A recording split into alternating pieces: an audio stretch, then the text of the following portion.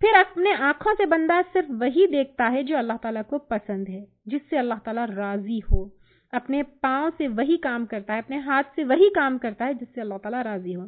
اللہ تعالیٰ ایک اور انٹرپریٹیشن یہ ہے کہ اللہ تعالیٰ اپنے ولی کی ایسے ہیلپ کرتا ہے جیسے اس کے ہاتھ پاؤں آنکھ کان کرتے ہیں. یعنی انسان ہاتھ پاؤں کان آنکھ کے بنا ایگزسٹ کرنا سوچ سکتا ہے، تو جیسے اس کی زندگی میں یہ چیزیں کام آئے اللہ تعالیٰ اس کی ہیلپ کرتے ہیں.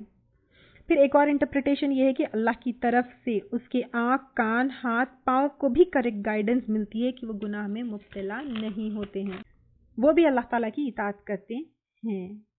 پھر ایک اور انٹرپریٹیشن یہ بھی ہے کہ انسان نوافل کو پکڑتا ہے تو وہ ہر کام اللہ کی رضا کے لیے کرتا ہے، اس کے آنکھ سے بھی، اس کے کان سے بھی، اس کے ہاتھ سے بھی اور اس کے پاؤں سے. کیونکہ جس کو آنکھ کان ہاتھ پاؤں اللہ تعالیٰ ڈسکرائب اس طرح کر رہے ہیں تو آنکھ کان ہاتھ پاؤں گناہ کی طرف پلٹیں گے بھی نہیں، برائی کی طرف جائیں گے بھی نہیں. جب انسان وہ لیول کو پہنچ جاتا ہے، انسان کا دل کوشش خواہش اس کا گول صرف اللہ کو سبمیشن اور اللہ کی رضا بن جاتا ہے. تو اس حدیث سے کیا معلوم ہوتا ہے؟ جب اللہ تعالیٰ جو ہمارے رب ہے، خالق ہے، مالک ہے، اس کا ولی، اس کا دوست بننے کے لیے دو امپورٹنٹ چیزیں ہیں، ایمان اور تقوی کی ضرورت ہے. اور اس کے بعد ایمان کی وجہ سے کوئی دشمنی اگر کرے تو پھر اس کو فکر کرنے کی ضرورت نہیں ہے، کیونکہ اس کا معاملہ اللہ کے اوپر ہے. دین نیکسٹ، اللہ کی مدد چاہتے ہو تو ایمان اور تقوی ہم کو بڑھانا ہے. اللہ تعالیٰ کا قرب چاہتے ہو تو اس کے لیے فرائض کو پکڑنا ہے، اوبلیگیشنز کو ترک نہیں کرنا ہے. پھر نیکسٹ، اللہ کی محبت کے لیے نوافل کو پکڑنا ہے. اور جب وہ درجے کو پہنچتے ہیں تو پھر ہم خود ہمارے آنکھ کان ہاتھ پاؤں گناہ کی طرف جاتے بھی نہیں ہیں. اور جب یہ درجے کو پہنچتے ہیں تو پھر ولی بنتے ہیں.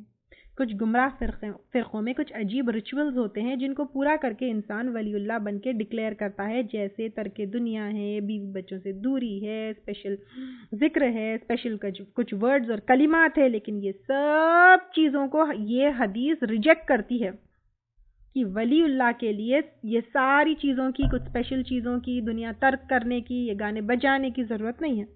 ولی اللہ بننے کے لیے ایمان، تقوی، فرائض، نفل in the light of Quran and سنہ. That's it. لاسٹ میں وہ مجھ سے مانگے تو میں ضرور دیتا ہوں، مجھ سے پناہ طلب کرے تو ضرور دیتا ہوں. سبحان اللہ. سب سے پہلے کوئی بھی درجے کے ولی بن جاؤ. یہاں پر یہ بتایا جا رہا ہے کہ یہ ولی اللہ جو ہوتا ہے وہ کیا ہے کہ وہ مجھ سے مانگے تو میں ضرور دیتا ہوں، مجھ سے پناہ طلب کرے تو ضرور دیتا ہوں. تو یہاں پر اس پارٹ سے سب سے پہلے یہ پتہ چلتا ہے کہ کوئی بھی درجے کے ولی کیوں نہ بن جاؤ، یو اسٹل ڈیپینڈ آن اللہ. کیونکہ ولی دعا کر رہا ہے اللہ تعالیٰ سے. ولی کو کوئی سپر پاورز نہیں ہوتے یا کوئی سپر ہیومن نہیں ہوتے جیسے موسٹلی لوگ سمجھتے ہیں. وہ اللہ تعالیٰ سے دعا کرتا ہے، وہ اللہ پہ ڈیپینڈ کرتا ہے. جب انسان اللہ کی رضا میں لگا ہوا رہتا ہے تو اللہ تعالیٰ اس کی دعائیں قبول کرتے ہیں. اللہ سے مانگنے والے ہمبل انسان ہوتے ہیں، اس لیے تو اللہ سے مانگتے ہیں. جو تکبر والے انسان ہوتے ہیں وہ اللہ تعالیٰ سے نہیں مانگتے. تو یہ ولی اللہ ہمبل ہوتے ہیں، اللہ سے مانگنے والے ہوتے ہیں. تو ولی اللہ کی ہمبلنس بھی ہم کو یہاں پہ پتہ چلتی ہے. کچھ لوگ کلیم کرتے ہیں کہ ہم ولایت کے وہ درجے پہ پہنچ گئے کہ ہم کو نماز کی ضرورت نہیں، ہم کو فلاں کی ضرورت نہیں، اوبلیگیشنز کی ضرورت نہیں. سب بکواس باتیں. یہ ساری چیزوں کو جو ہے یہ حدیث ریجیکٹ کرتی ہے. اللہ تعالیٰ آپ کو مجھ میں ہم سب کو جو ہے یہ صفات عطا کرے اور ہم سب کو اللہ تعالیٰ کی قرب اور محبت حاصل ہو. آمین. وآخر دعوانا ان الحمد للہ رب العالمین. سبحانک اللہم بحمدک، نشہد ان لا الہ الا انت، نستغفرک ونتوب الیک.